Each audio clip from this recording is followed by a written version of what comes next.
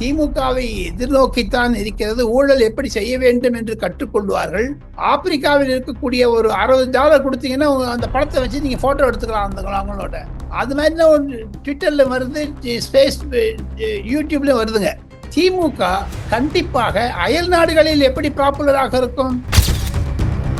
பழனிவேல் தியாகராஜன் கூறினாரே, மகன் மருமகன் 30,000 கோடி என்பது, அது அவர்களை துரத்தி அடிக்கும். 2026 பழனிவேல் தியாகராஜன் சீட்டு வேண்டாம் என்று சொல்லி ஒதுங்கி போனாலும் அவருடைய பேச்சு குரல், வீடியோ, ஆடியோ 2026 கண்டிப்பாக தமிழகத்தை சுத்தி வருங்க. பழனிவேல் தியாகராஜன் நொந்து போயிருக்கிறார். காரணம் என்னென்று கேட்டால், அடிக்கடி கனிமொழி சந்திப்பதனால் திமுகவில் ஒரு பெரிய மாபெரும் சந்தேகம் வந்துவிட்டது. பழனிவேல் தியாகராஜன் திமுகவிலிருந்து விலகுவாரா அல்லது ஒதுங்கி இருப்பாரா என்று தெரியவில்லை. அவர் 2026 போட்டியிட மாட்டார். பழனிவேல் தியாகராஜன் இப்போ அடிபட்ட புலி, இன்ஜூர்டு டைகர். அவர் அடிக்கடி அது மாதிரி பேச ஆரம்பிப்பார். இது மூலமாக பழனிவேல் தியாகராஜன் கட்சியிலிருந்து நீக்கப்படுவதற்காக இது மாதிரியான பேச்சுகளை, குரல்களை கொடுக்கிறார் என்று கூட நம்ம எடுத்துக்கொள்ளலாம். தேர்தல் சமயத்தில் போராட்டம் எது வந்தாலும் சிவா, அது திராவிட முன்னேற்ற கழகத்தினுடைய வளர்ச்சியை தடுக்கும் என்றதனால் போனா போறது, அடுத்த ஆண்டு நம்ம தான் தோக்க போறோமே, எல்லாத்தையும் பணத்தை அவுத்து விட்டு போனாலும் போயிடுவாரு.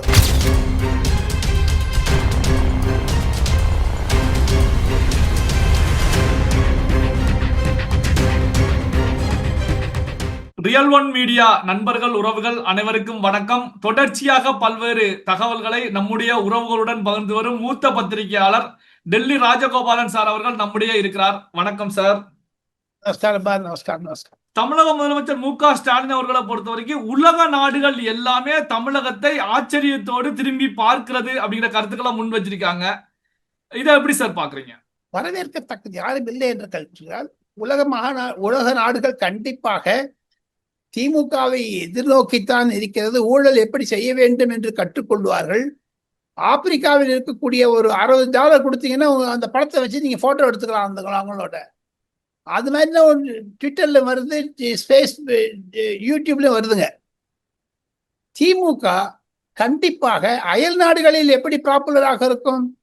திமுக என்பது சனாதன தர்மத்தை எடுக்கக்கூடிய கட்சி, இந்துக்களுக்கு எதிரான கட்சி. அதையும் தவிர போதாத குறைக்கு உதயநிதியினுடைய மௌனம் பல திமுகவினரை அதிர்ச்சி ஏற்படுத்தி இருக்கிறது.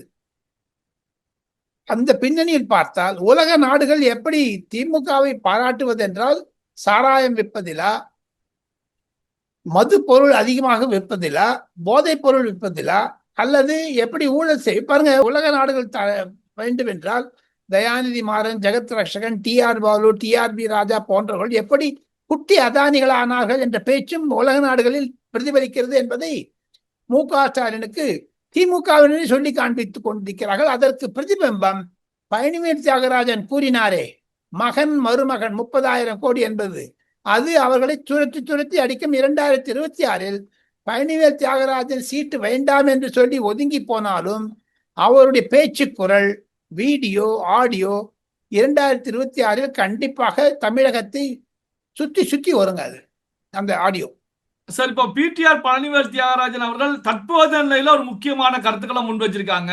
புது மதுரை 2035 அப்படிங்கிற விழாவில் பேசும்போது, ஆந்திரா, கர்நாடகா, தெலுங்கானா அளவுக்கு வெளிநாட்டு முதலீடுகளை ஈர்ப்பதற்கு தமிழகம் அக்கறை காட்டவில்லை. அதாவது இந்த தமிழகத்தை பொறுத்த வரைக்கும் தென்னிந்தியாவில் இருக்கக்கூடிய மாநிலங்கள்ல தொழில் வளர்ச்சியில பின்தங்கி இருக்கிறது அப்படிங்கிற நிலையில கருத்துக்களை முன் வச்சிருக்காங்க. இதை எப்படி சார் பாக்குறீங்க? TRP ராஜாவுக்கு எதிரான கருத்து, TR பாலுவுக்கு எதிரான கருத்து, அது திமுகவில் இருக்கக்கூடிய 2 பிளவுகள் வருவதை தான் பிரதிபலிக்கிறது. பழனிவேல் தியாகராஜன் பல அமெரிக்க கம்பெனிகளிலும் சிங்கப்பூரிலும் பணிபுரிந்ததால் அகில உலக அரசியலை தெரிந்து கொண்டவர், பொருளாதார நிபுணர் என்று சொல்லலாம். அவரே இப்படி கூறுகிறார் என்றால் பழனிவேல் தியாகராஜன் நொந்து போயிருக்கிறார். காரணம் என்னென்று கேட்டால், அடிக்கடி கனிமொழி சந்திப்பதனால் திமுகவில் ஒரு பெரிய மாபெரும் சந்தேகம் வந்துவிட்டது.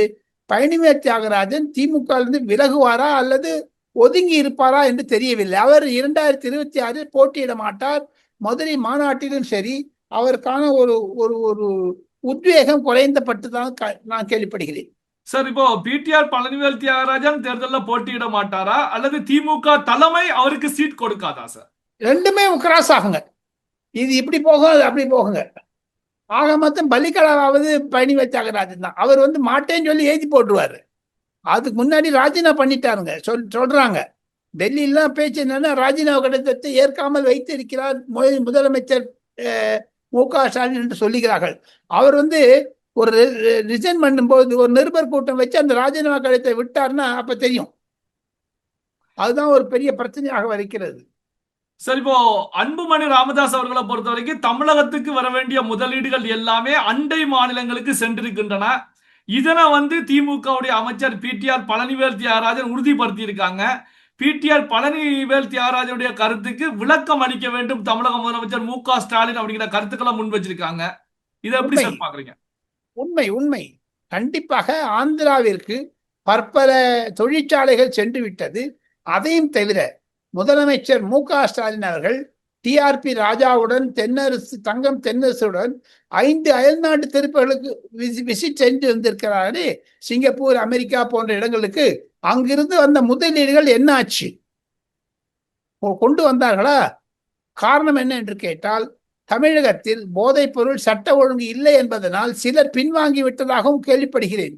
மத்திய அரசாங்கத்திற்கு வரக்கூடிய ஒரு தாக்கீது என்ன என்று கேட்டால், கண்டிப்பாக உத்தரப்பிரதேசத்திற்கும் ஆந்திர பிரதேசத்திற்கும் கர்நாடகாவிற்கும் அதிக முதலீடுகள் வருவதாகத்தான் மத்திய அரசாங்கத்துடைய நிதி செயலகம் தெரிவிக்கிறது. தமிழகம் கோட்டை விட்டது. அதற்கு மூல காரணம் மு.க.ஸ்டாலினுடைய ஒரு ஒருங்கிணைப்பு இல்லாமல் போனதுதான் என்று பழனிவேல் தியாகராஜன் கூறுவது உண்மை. பழனிவேல் தியாகராஜன் இப்போ அடிபட்ட புலி, இன்ஜூர்டு டைகர். அவர் அடிக்கடி அது மாதிரி பேச ஆரம்பிப்பார். இது மூலமாக பழனிவேல் தியாகராஜன் கட்சியிலிருந்து நீக்கப்படுவதற்காக இது மாதிரியான பேச்சுகளை, குரல்களை கொடுக்கிறார் என்று கூட நம்ம எடுத்துக்கொள்ளலாம். சார், தமிழக முதலமைச்சர் மு.க.ஸ்டாலின் அவர்கள் வெளிநாட்டுக்கு சென்று வந்தாங்க. பல நிறுவனங்கள் எல்லாம் தமிழகத்துல வருகிறது. இத்தனை லட்சம் கோடி ரூபாய் முதலீடை நாங்க ஈர்த்திருக்கோம் அப்படின்னு சொல்லி தொடர்ச்சியாக பேசிக்கிட்டே இருந்தாங்க.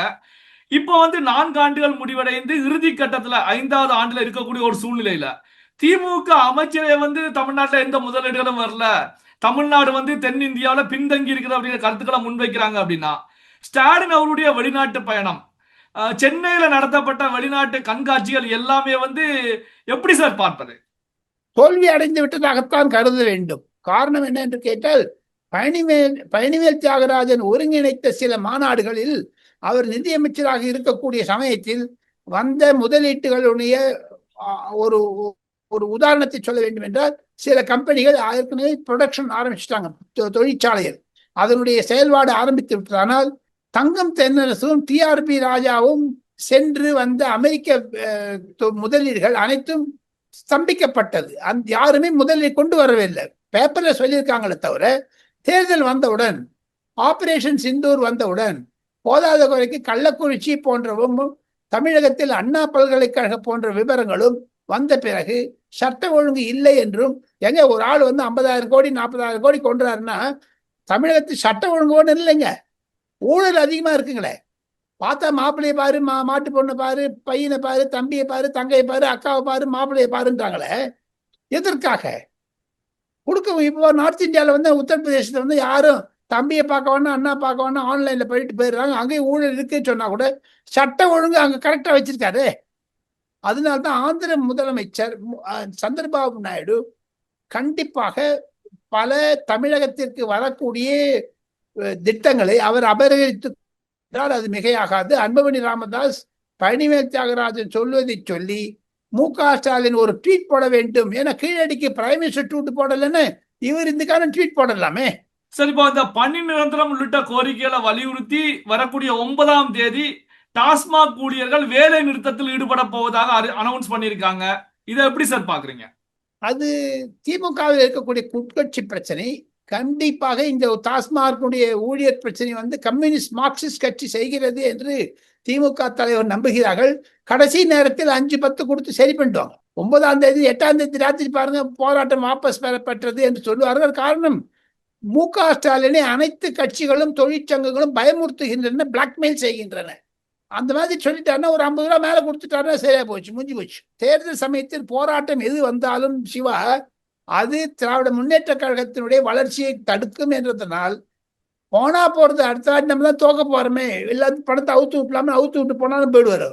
அப்ப இந்த டாஸ்மாக் பணியாளர்களுடைய வேலை நிறுத்த போராட்டத்தின் பின்னணியில மார்க்சிஸ்ட் கம்யூனிஸ்ட் கட்சி இருக்கிறது அப்படின்னு எடுத்துக்கலாமா சார்? கண்டிப்பாக மார்க்சிஸ்ட் கம்யூனிஸ்ட் கட்சி இருக்கிறது. அதனால்தான் சண்முகம் பொதுச் செயலாளர் அப்படி பேசுகிறார். முன்னாடி இருந்த சோ பாலகிருஷ்ணன் பேசுகிறார். அவர்களால் தூண்டிவிடப்படுகிறது. காரணம் என்ன என்று கேட்டால், பொதுமக்களிடையே டாஸ்மாக் என்பது விரோத பொருள் ஆகிவிட்டது. அவங்க சிண்டி பார்க்கறாங்க, அப்படி எதிர்த்து மு.க. ஸ்டாலின் அப்படி சிராச்சி பார்க்கறாங்க, அப்படி ஸ்கிராப் பண்ணி பார்க்கறாங்க. பல்வேறு முக்கியமான தகவல்கள், செய்திகளை நம்முடைய உறவுகளுடன் பகிர்ந்து கொண்டதற்கு நன்றி சார். தேங்க்யூ.